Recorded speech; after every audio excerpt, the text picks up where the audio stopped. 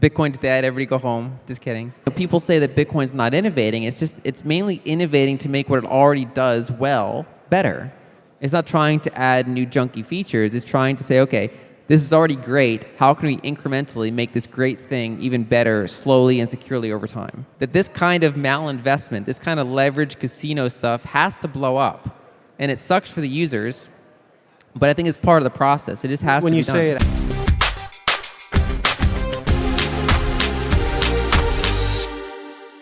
That's actually a good point to tie it into Bitcoin, because when we think of Bitcoin, we also think of it in a developed market perspective. We think of it as a United States person. We think of it as a European, for example. And people are like, why do you need Bitcoin? What is Bitcoin useful for?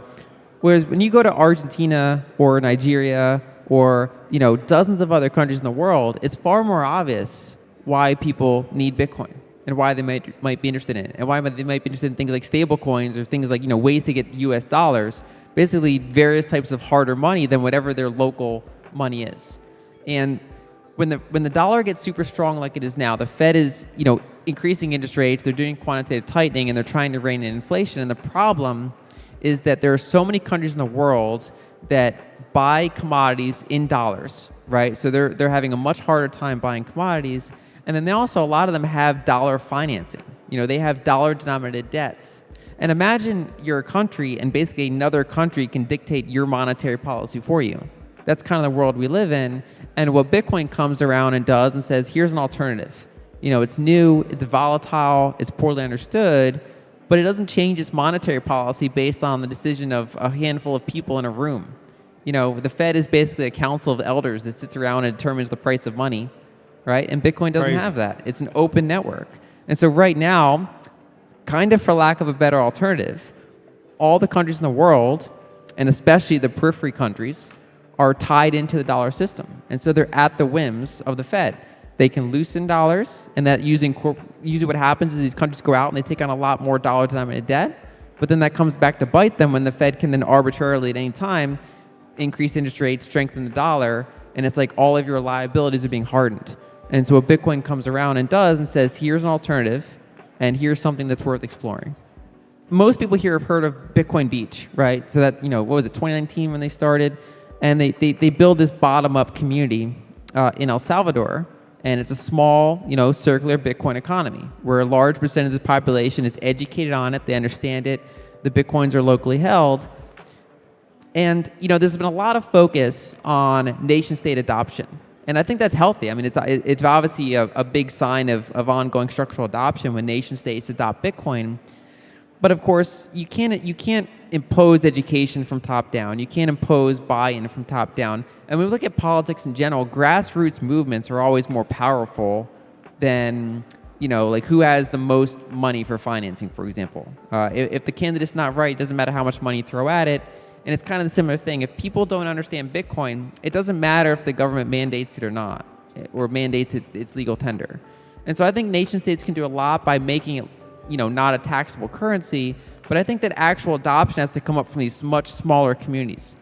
And one thing we've been seeing over the past year or two, especially the past year, is that they've kind of replicated the Bitcoin Beach model, where you have Bitcoin Lake, you have Bitcoin Island, you have Bitcoin Jungle, right? There's little communities popping up in Costa Rica, Guatemala. Like so far, if you look at those communities, those are popping up quicker than mining in those jurisdictions. Mining is capital intensive. I think one way to phrase it, and I've actually spoken with Nick Carter about this, is that stranded energy is pretty evenly distributed globally, but rule of law for capital is not, right? So if you're a miner, you're perhaps more hesitant to go into certain jurisdictions than you would be in jurisdictions with a much stronger history of rule of law and not confiscating assets and things like that. So it can actually be hard to do capital intensive businesses in certain countries.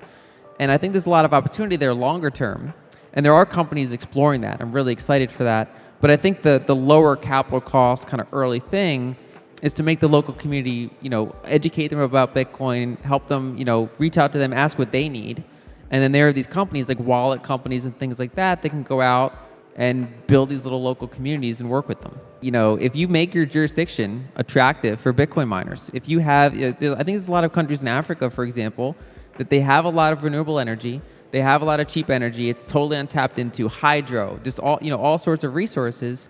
And if they make it clear that they're a Bitcoin jurisdiction, they're a Bitcoin-friendly jurisdiction, I think you can get that type of investment. And then the cool thing is, there's kind of a chicken and the egg problem with energy development, where nobody wants to say build the hydro dam because they're not sure if they're going to if there's enough demand in the community to sell that electricity to. So how do you justify the cost? How do you guarantee that you have an electricity buyer? On the other hand, if you don't have the electricity, nobody moves there, nobody can build manufacturing things there, so you have a chicken and the egg problem. And one of the things that Bitcoin is uniquely good for is it's a first buyer. It's a guaranteed buyer. So you can build a hydro dam and do a contract where Bitcoin miners come in and use that energy for a couple of years when it's super cheap. And then as that electricity is available in the community, you can then build more infrastructure, more people can come in, use electricity.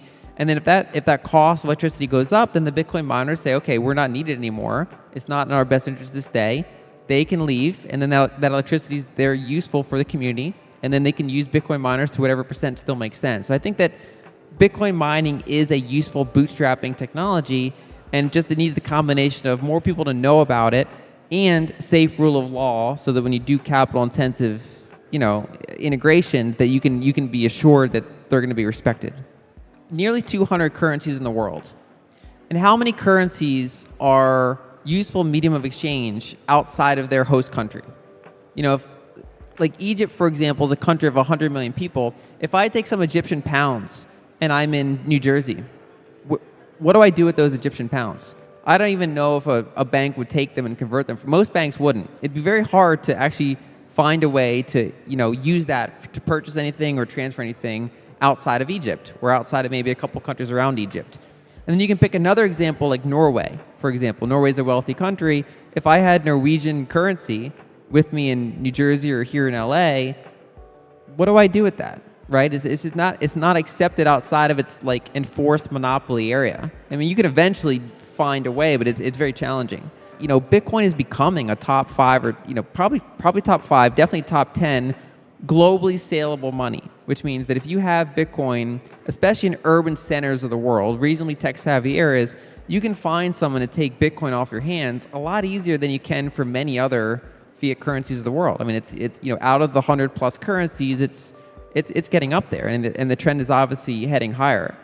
And I think we're kind of seeing the same thing when it comes down to these individual communities that are building up, right? I think those are more powerful than top-down attempted implementations. I think the more people in a community that understand Bitcoin, get educated on it, and then they see it firsthand. I mean, basically, it's like you need a critical mass of merchants accepting it, people wanting to use it, people saving in it, and then you get that circular community, and you go to an underbanked area especially, and they get the benefit right away. And I think it's powerful.